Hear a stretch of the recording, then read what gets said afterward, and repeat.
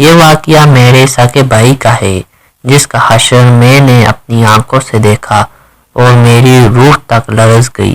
قبرستان ایک ایسی جگہ ہے جس کا نام سن کر ایمان تازہ ہونے لگ جاتا ہے۔ موت کی یاد ایک لمحے کو ہمیں اپنے شکنجے میں لینے لگتی ہے۔ اپنے سامنے بے شمار قبریں دیکھ کر ہمیں جڑی سے آنے لگتی ہے اور اپنے کچھ گناہ بھی یاد آنے لگتے ہیں اور ان پر پشیمانی بھی ہونے لگتی ہے۔ دل دہل جاتا ہے جب یہ خیال ذہن سے گزرتا ہے کہ قبر کے اندر مردے کے ساتھ اس وقت کیا معاملہ ہو رہا ہوگا۔ میں نے اکثر لوگوں کو قبرستان کے پاس سے گزرنے سے بھی ڈرتے ہوئے دیکھا ہے۔ اس کا خوف ہی کچھ ایسا ہے۔ رات کے وقت گزرتے ہوئے لوگ فاصلے رکھ کر چلتے ہیں، لیکن میں نے جب آنکھ کھولی تھی تو مجھے قبرستان سے کبھی خوف محسوس ہی نہیں ہوتا۔ وجہ یہ تھی کہ میرے والد ایک گورکن تھے۔ پچھلے کئی سالوں سے میرے والد کا یہی کام تھا۔ ہمارا گھر اسی قبرستان کے پیچھے بنا ہوا تھا۔ اکثر عورتوں کی تدفین کا کام لوگ رات کو ہی کرواتے تھے۔ مجھ سے بڑا میرا ایک بھائی تھا جو مجھ سے 5 سال بڑا تھا۔ 4 ماہ پہلے جو کچھ ہمارے ساتھ ہوا وہ ایک ناقابل فراموش واقعہ ہے۔ میں آج بھی جب سوچتی ہوں تو میرے جسم پر لرزہ طاری ہونے لگتا ہے، دل کی دھڑکن بند سی ہونے لگتی ہے۔ آج بھی جب وہ سب یاد آتا ہے تو میری آنکھوں سے آنسو بہنے لگتے ہیں۔ ہمارے گھر کی پچھلی طرف قبرستان تھا جہاں گورکن میرے والد تھے۔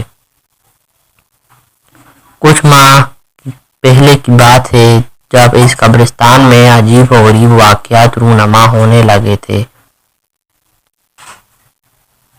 جب بھی وہاں کسی جوان لڑکی کو قبر میں دفنایا جاتا، اگلے روز وہ میت غائب ہو جاتی تھی۔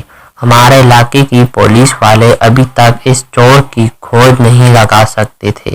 رات بھر اپنی ڈیوٹی دینے کے باوجود بھی وہ میت چور کو ڈھونڈ نہیں سکتے تھے۔ پولیس والے آئے دن ابا کو اسٹیشن لے کر تفتیش کرنے لگتے۔ ابا کافی بوڑھے ہو چکے تھے۔ وہ بیچارے یہی کہتے تھے کہ میں وہاں اب رات کی چوکیداری دینے کے قابل نہیں رہا، صرف قبریں کھودتا ہوں۔ عجیب بات ہے کہ ابھی تک پولیس والوں کو اس چور کا کوئی سراغ نہیں ملا جو یہ سب کر رہا تھا۔ اب تو لوگوں کے دلوں میں اس قبرستان کے لیے خوف پیدا ہونے لگا تھا۔ کچھ لوگوں کا کہنا تھا کہ قبرستان پر سرکش جنوں کا سایہ ہو گیا ہے، اس لیے وہ میت کو کھا جاتے ہیں۔ لوگ اس قبرستان سے خوف کھانے لگے تھے، لیکن پھر بھی کوئی نہ کوئی میت آ ہی جاتی تھی اور اگر عورت ہوتی تو غائب ضرور ہوتی تھی۔ مجھے یہ خبر سن کر بہت افسوس ہونے لگا کہ ہمارے معاشرے جہالت کی گہرائیوں میں ڈوب چکا ہے اور عورت مرنے کے بعد بھی قبر میں محفوظ نہیں ہے۔ یہ واقعات عام ہو رہے تھے۔ انہی دنوں میرے بھائی اکبر کی حرکتیں کچھ مشکوک سی ہونے لگی تھی۔ میری غلطی یہ تھی کہ میں نے ایک ایسی بات چھپائی سب سے جس کی وجہ سے ہمارا گھرانہ سب کے لیے ایک عبرت کا نشان بن گیا۔ مجھے آج بھی اپنی اس بات پر شرمندگی ہے اور سوچتا ہوں کہ مجھ سے میرے رب نے اگر پوچھ لیا تو میں کیا جواب دوں گی۔ یہ بات تب کی ہے جب آئے دن عورتوں کی میتیں غائب ہو رہی تھی۔ میرا بڑا بھائی تو بہت اچھا تھا لیکن کوئی کام نہیں کرتا تھا۔ میرے ابو نے اس کی کم عمری میں ورکشاپ کی دکان پر ڈال دیا تھا، لیکن چند ماہ بعد وہ وہاں سے بھی بھاگ گیا۔ وہ ہر وقت گھر پر ہوتا تو ابا کبھی کبھی اسے اپنے ساتھ قبرستان لے جاتے، لیکن چند ماہ پہلے ایک بار ابا کی طبیعت کچھ زیادہ ہی خراب تھی اور قبر کی کھدائی کے کام کے لیے اکبر بھائی سے کہہ دیا۔ بھائی منہ بگاڑتے ہوئے گیا۔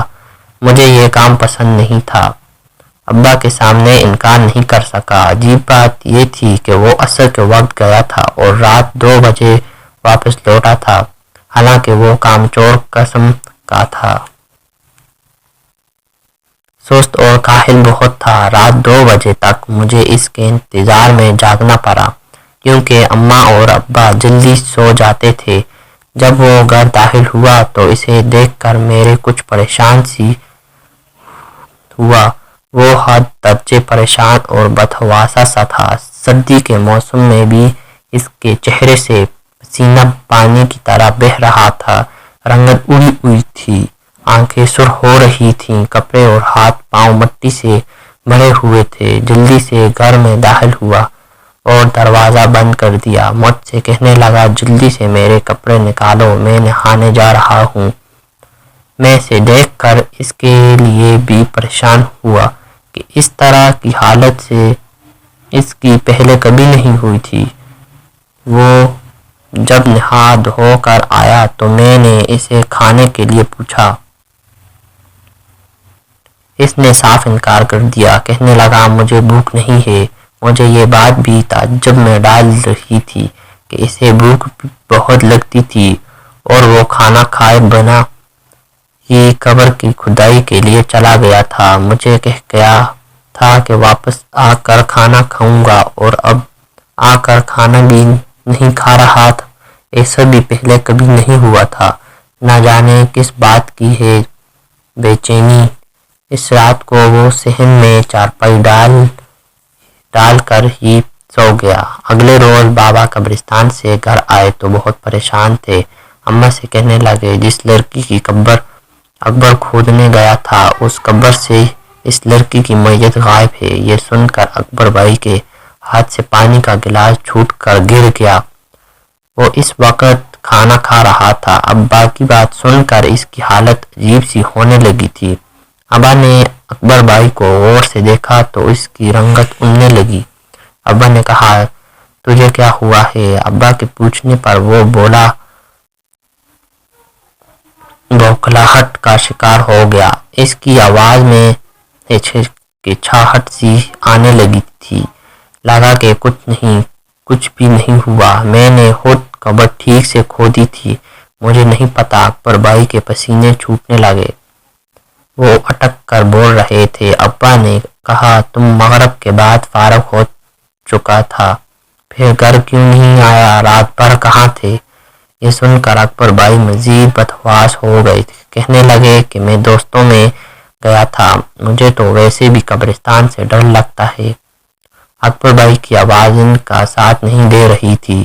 ابا نے کہا کہ تم بس اپنا کام کر کے سیدھا گھر آیا کرو، پولیس آج کل بہت چوکس ہو گئی ہے، جو بھی قبرستان کے ارد گرد نظر آتا ہے اسے پکڑ لے کر جاتے ہیں۔ اکبر بھائی نے اس بات پر سر ہلا دیا، لیکن چند دن بعد پھر وہ گھر دیر سے آیا، لیکن پہلے سے کی نسبت اس بار اس کی بدحواسی کم تھی اور اگلی صبح پھر وہی خبر سننے کو ملی۔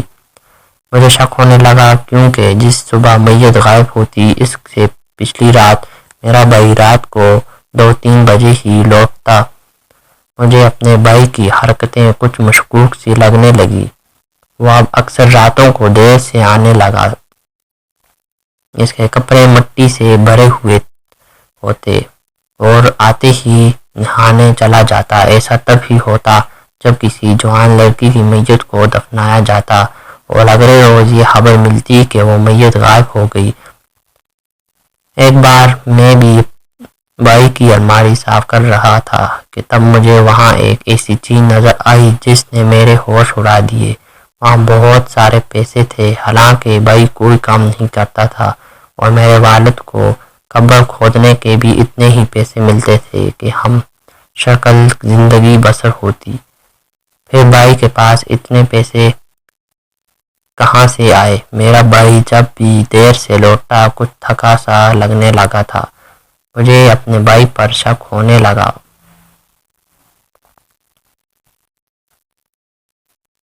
ایک بار شام کے وقت ہمارے محلے کی ایک عورت کا انتقال ہو گیا۔ اس کی قبر کی کھدائی میرے ابا نے کی، لیکن بھائی رات کو 12 بجے چپکے سے گھر سے نکل گیا۔ مجھے نہ جانے کیوں یقین تھا کہ وہ آج قبرستان ہی جائے گا۔ میں اپنی اماں کی بڑی سی چادر لے کر بھائی کا پیچھا کرنے لگا۔ جیسے جیسے میرا بھائی کے قدم قبرستان کی طرف بڑھ رہے تھے